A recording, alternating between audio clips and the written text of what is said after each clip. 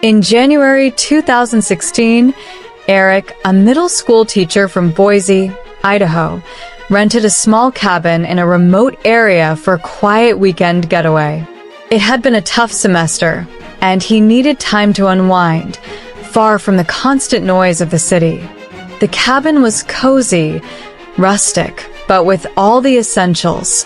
It was nestled deep in the woods, surrounded by miles of snow-covered trees.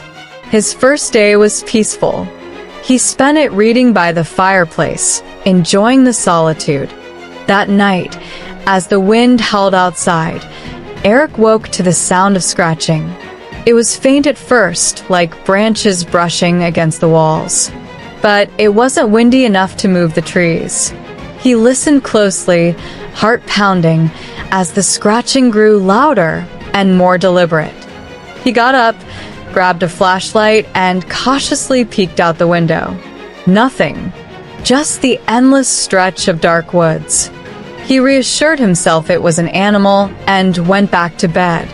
The next evening, the scratching returned. This time, it wasn't just on one wall. It seemed to circle the cabin, moving from one side to another. It was too rhythmic, too consistent to be random.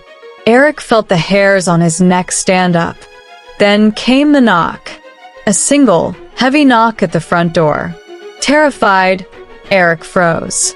"Who's there?" he called out, his voice trembling. No answer. He debated whether to open the door, but decided against it.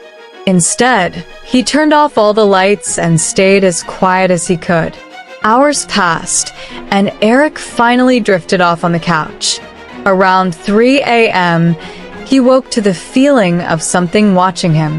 His breath hitched as he slowly turned his head toward the window. There, pressed against the glass, was the outline of a face, pale and expressionless. He scrambled for his phone, but it was gone, along with the keys he had left on the table. Eric didn't sleep for the rest of the night. At first light, he bolted out of the cabin, heading for his car. But when he reached it, the tires were slashed. His phone and keys lay on the hood, placed there deliberately. He never looked back as he ran down the snowy road until he found a passing car. Eric later learned that 2 other people who rented that same cabin had reported similar experiences. No one knows who or what lurks in those woods.